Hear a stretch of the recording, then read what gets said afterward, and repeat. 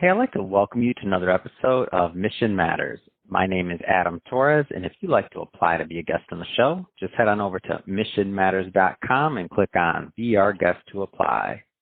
All right, so today I have Barry Spencer on the line, and he's CEO and co-creator of Wealth with No Regrets. Barry, welcome to the show. Hey, Adam, thanks for having me on. Great to be with you. All right, Barry, so excited to really get into today's topic and to dive into Wealth with No Regrets. But before we get started with that, we'll start this show the way we start them all with our Mission Matters Minute. So, Barry, we at Mission Matters, we amplify stories for entrepreneurs, executives, and experts. That's our mission. Barry, what mission matters to you? Well, absolutely. I mean, making people's vision of their future happen by removing the obstacles that stand in their way and impede them from having the kind of bigger impact with their life that they want to have. And I could pretty simply say it like this. Maybe you've done or seen someone put together a 1,000-piece puzzle, right? Mm-hmm. Well, imagine putting that 1,000-piece puzzle together without the picture on the front of the box. Yeah. For us at Wealth with No Regrets, we help people clarify what that picture of that future of that box looks like so they can put all the financial pieces together so they can have that picture and they can do it without regret. It's awesome. Love bringing mission-based individuals on the line to share, why they do what they do, like what gets them fired up to get out there in the marketplace and really just to make a difference in the world. So awesome having you on the show, Barry. And I guess first thing that came to my mind as I was kind of preparing for this is Wealth with No Regrets, just the name of the company in general. I mean, tell me about that. Amazing name, by the way. Well, it really comes out of a passion story. My father lost a battle with cancer at the age of 62. So he had hit his period of retirement age and had done everything he was supposed to do and everything he could do. He's a very successful entrepreneur and business owner himself, had accumulated enough assets to be okay financially for he and my mom to live a long life, and had enough resources set aside for my mom to be okay financially, and had done his job that he thought next was go hire a couple of advisors and did what so many do, right? They think they got to diversify among advisors. So 1, 2, 3, and my dad had those different financial advisors, CPAs, attorneys, and the like. And yet when he passed away, and before he passed away, he said, Barry, you're going to need to take care of mom. And a strange comment from my father because he was a very diligent man, very successful, thoughtful, conscientious. And so the fact that he would need to say that didn't dawn on me till after the fact. And I inherited the advisors and what they had put together. And what I found was a really, the elements of a broken industry that was so engrossed in what they wanted and what they was in it for them that it was not what was in it for the client, my father. And as a result, it just sent me on this course of action to understand what was there, what was missing, and also in so doing, protect my mom at the same time and honor my father in the process. And my father passed what I think was regret, and what the family experienced was regret, though they had the resources to not experience that. I don't want anyone to go through that or experience that. No, it's a lot behind that, and I find many of the great brands I've had the honor of interviewing, and just entrepreneurs.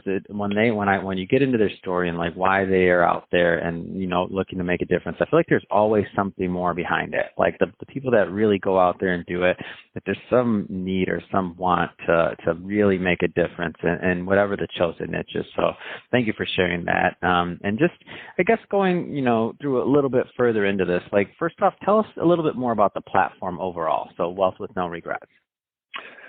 Sure. Well, over the years, we have worked to refine a process that we feel like really gets a predictable result for people who have been successful business owner, entrepreneur, professional, executives. So they've worked hard, they've done their job, and they've reached a point where they should be okay. They should be enough successful financially to be set.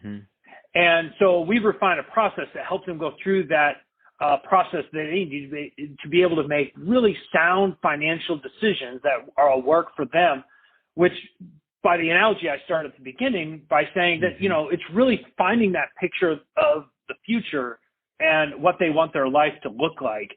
and then building all the pieces of the financial world to match up with that picture, their picture, not my picture, not someone else's idea, but their picture of that future. And so Wealth with No Regrets is our process to bring all that together.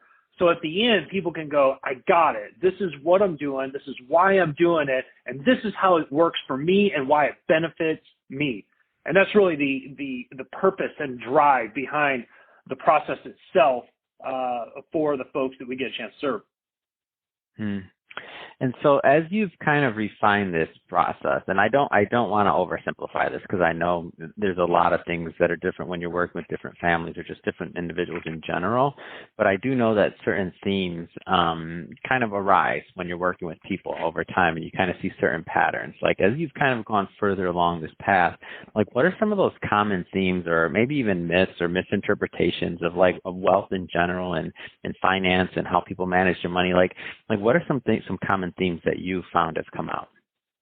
Well, let me state this, that I think is a part of the process. We've kind of honed in on what we call 5 dimensions that are absolutely essential. It doesn't cover everything, but it's the 5 core dimensions that must be incorporated into planning and into a thoughtful process. So, for instance, I'll give you a couple of them. We can talk more about them, or I can go into more, but number 1 is the five dimensions is 1, diminishing taxes. Number 2 is designing a lifestyle that you love and want to be a part of. Number 3 is developing an income stream that helps people accomplish the lifestyle they want. Number 4 is getting downside protection for their money so they can live confidently. And number 5 is dedicating growth money, dedicating resources to growth over time. Because no matter how much you have, everyone says, I want to make sure, number 1, I never run out of money. And number 2, I'm never burdened on my family. So that's a big piece of it. But all 5 together, you should know where you are today and where you could be in the future if you really dug into those to discern and decipher where the opportunities and challenges are within those. Do you think are there, when I look at your model versus, let's just say traditional finance or traditional planning process, do you feel there's any like shortcomings there, or can you kind of juxtapose where you feel some of the difference maybe? Yeah, absolutely. That's a great question too, Adam, because I believe, and my experience was, and what I've seen with so many, that the industry itself is really broken. I'll say broken. It's the best way I can think to describe it, in that it's very self-centered, self-serving, and siloed. And by that I mean that, in one area you have the person that's constantly selling a product. You have another person that's constantly selling a portfolio. It's just about money management. And then the industry as a whole, within those groups and outside those groups, that they fall in another role, are pushy. And that's really what I encapsulate as kind of the brokenness of the industry and why so many people fall short of what's possible for them. Yeah, and I think, just to maybe elaborate and just add a second and confirm what you're saying, it's not that, and I always tell people this, it's not that it's, there are bad people in the industry. People want to help. So no matter what their product is, what their angle is, all these things, it's a systemic thing. It's the industry as a whole. So I'll speak for myself. If I had the, pleasure and luxury of working for some really great companies that did great work, but, maybe I had some colleagues that worked for companies that had a little bit more limitation. And, if you grew up in the industry and you only know one thing, maybe you don't know other products exist. Maybe you don't know there's other alternatives. Maybe you don't know that some of the things that you may be representing aren't always the best fit. And so it could be a lack of knowledge thing. It's just such a complex industry. So it's not that people aren't out there with the right heart to do good or to help their clients. It's just that the industry as a system, is a systemic problem and what's possible depending on what model you operate under. And a lot of other complexities we won't go through here, but I just wanted to bring that out because it's not like we're picking anybody saying they're doing anything wrong. It's just saying that the industry, has a lot of room for improvement. Am I off on this, Barry? I just wanted to go Adam, further with that one. Adam, you're exactly spot on, and I think there's a lot of well-intentioned, well-meaning people. Certainly the folks that served our family were well-intentioned and well-meaning, but I believe the industry is driven by product manufacturers. You have the A mutual fund's a manufacturers. product. So, for example, I tell people this all the time, a mutual fund is a product that was designed by people that design products that wasn't here at one point. So just for example, right? Oh, absolutely. Whether it's insurance, annuities, Yeah, long-term product. care, a mutual fund, an ETF, all of those are products. Any kind of portfolio that people put together and say, hey, this is a long short hedge fund. This is a large cap equity, whatever. These are all products of the industry. And the problem is people as advisors, they're trained by those product manufacturers, and then they got to take the client and go fit them into the product. And if you go to a conference, I did this right after my dad died. I was really learning, and I would go to these conferences before I was licensed, before we had the company or anything. I would go to these conferences, and it was interesting because the sponsors of the conference were product manufacturers. This is the conferences that are giving continuing education training to the advisors. So the sponsors are the product manufacturers, which means they're also the dictators of the education and therefore also the presenters in the sessions that are providing CE credit to the people attending.